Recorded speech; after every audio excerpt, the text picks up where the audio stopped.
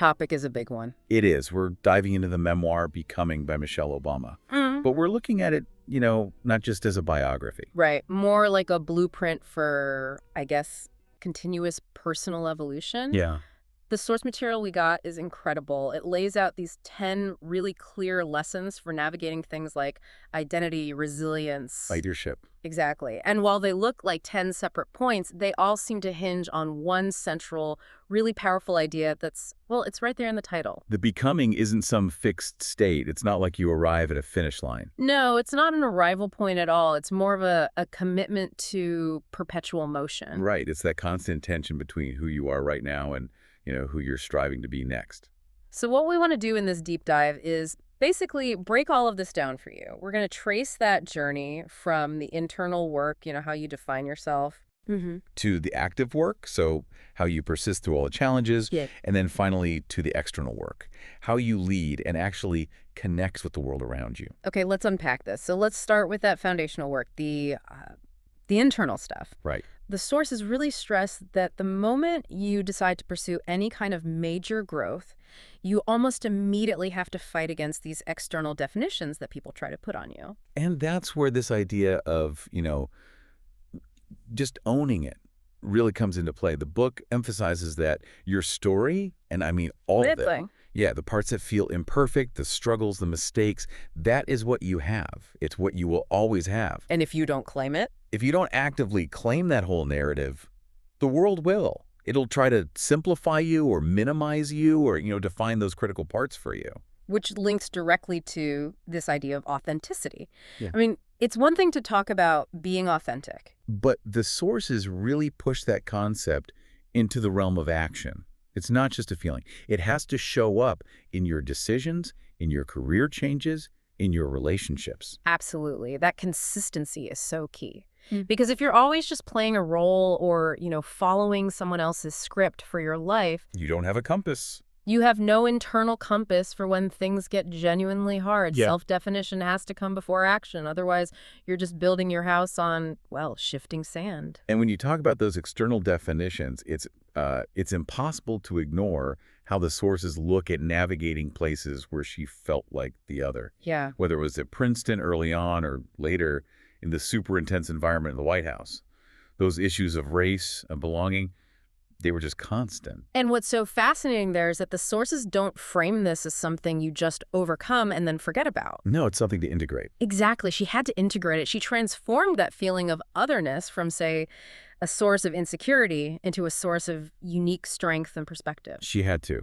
She really did, because resisting those judgments from the outside is, it's the crucial first step in any major endeavor. That's such a powerful pivot.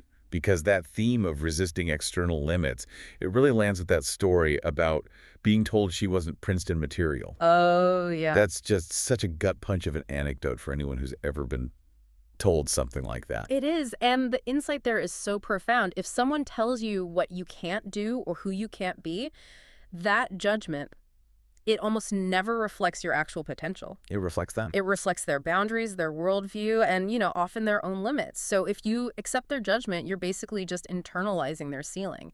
The sources make it so clear that the work of becoming requires you to actively reject that. So, okay, we've established that the first step is this mental and emotional work. You own your story, you stand in your full identity, and you reject limits others try to put on you. Right. But then what? What happens once that foundation is actually set? Well, that sets us up perfectly for the second major phase, which is all about the active, ongoing effort. This is the becoming part of a becoming life. So we shift from definition to execution. To execution, exactly. And the sources are really clear that this phase is fundamentally uncomfortable. Growth isn't supposed to be passive. And it seems to begin with this idea that education is empowerment. Yeah. But it's way more than just, getting degrees from Harvard or Princeton. Oh, much more. The sources really define education as this lifelong commitment to learning and to growing. So staying curious. Exactly. It's about that intellectual humility long after you're done with formal school. That continuous learning is what unlocks new opportunities, and it sustains your confidence through decades of change. And you use that knowledge as fuel for the inevitable setbacks. The inevitable setbacks. which is the next key focus. And those are guarantees, right? Right. Especially when you're chasing ambitious goals. The sources talk a lot about reinforcing resilience, whether that's facing intense public scrutiny or just the constant challenge of balancing a family and a career. And the really crucial philosophical shift here is to see setbacks not as like a confirmation that you failed, Right. but as a necessary data point. They're just pauses. They're opportunities to refocus and, refine your approach. If you don't have resilience, every challenge feels like the end of the world. But if you embrace the becoming philosophy, then every challenge is just a complex problem that needs a new, more refined answer. and digging into the sources on the difficulty of that balance, it's not presented as this perfect, seamless thing. Not at all. The book is so candid about the hard parts. Dealing with personal loss, the struggles of motherhood, and especially that intense internal debate about her career versus her husband's political path. And that transparency is what makes the whole idea of growth through discomfort so real. She doesn't present this picture of a perfectly balanced life. Yeah. She presents a life where difficult choices were made, and those choices often resulted in, temporary discomfort or a feeling of loss. But the growth, the becoming, it happens right inside those hard decisions. It forces a new identity to emerge. I think the key point there is that so many people confuse discomfort with being on the wrong path. They think, oh, this is hard, I must have made a mistake. Right. But the sources seem to suggest that real, meaningful growth requires you to walk through choices that are inherently a struggle, like the decision to step back from her executive role during the campaign. It's the ultimate validation of the central theme. If your definition of success is reaching a point where life is just easy, you've stopped becoming. And here's where it gets really interesting. Mm-hmm. This entire segment just fundamentally shifts how we look at achievement. Mm-hmm. The sources emphasize that becoming isn't arriving, it's a process. You don't just, hit success, get the title, and you're done. You're never done. The high point of one phase is just the starting line for the next one. It encourages this mindset where you never really feel finished. That sense of accomplishment is fleeting, and right after it, there has to be a renewed focus on what you still need to learn or how you still need to refine your approach. So success is just a transition point. It's just a transition to the next, more complex phase of growth. Okay, so we've covered the intense internal work of defining your identity and then the active work of persisting through all the challenges. So now we pivot to the external connection. Right. How does all this personal development actually translate into, effective leadership and making an impact on the world? Well, the sources make a really compelling case that personal growth just never happens in a vacuum. It's not a solo journey. Not at all. It requires interdependence. The story constantly stresses that success is never achieved alone, and that's where the importance of community and support really comes in. Which kind of debunks that whole myth of the solo achiever, right? Yeah. You might be the face of the accomplishment, but the sources detail this whole complex system of support. A whole ecosystem, family, mentors, friends, the community, they all provided a safety net during those moments of uncertainty. And they lifted her up during those huge public challenges. And this support system, it isn't just, passive cheerleading. The vulnerability we talked about earlier, owning the whole story, doubts and all that, enables the capacity to actually ask for help when you really need it. That's a crucial insight. You have to be honest about your own limits before your community can even know how to help you. Exactly. But then, once you're in a position to lead, you have a responsibility to pay that support forward. And the sources are crystal clear that the core requirement for that is empathy. That's it. Leading with empathy is presented as this essential, actionable quality. And it's not some abstract sympathy. Yeah. It's about the discipline of actually listening and understanding. Whether she was interacting with veterans' families or local students or world leaders, the constant theme was that building trust and unlocking collaboration.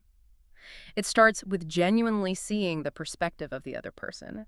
So the equation is something like internal honesty leads to vulnerability, which allows you to receive support. And receiving that support gives you the capacity to then see others, which enables empathy and ultimately effective leadership. And if we connect this to the bigger picture, that internal work of defining your own identity, it's not selfish at all. No, it's the opposite. It's actually the non-negotiable prerequisite for any meaningful external action. You have to understand your own complexity before you can truly appreciate the complexity of the people you hope to lead or serve. It's the ultimate synthesis of all the lessons. That's the ultimate synthesis. It makes the whole philosophy so cohesive. It's like a loop. So what does this all mean for you, the learner? We start with that foundational idea that becoming is a process, not an arrival. Right. We've traced the path from defining your internal self to actively persisting through struggle, and then finally connecting that growth outward through empathy and community. The sources really distill a powerful framework.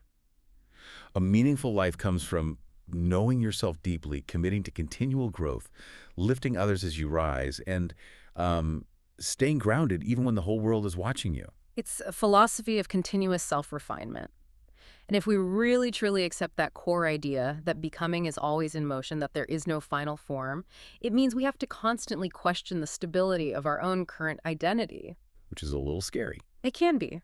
And this raises, I think, a really important, provocative question for you to consider.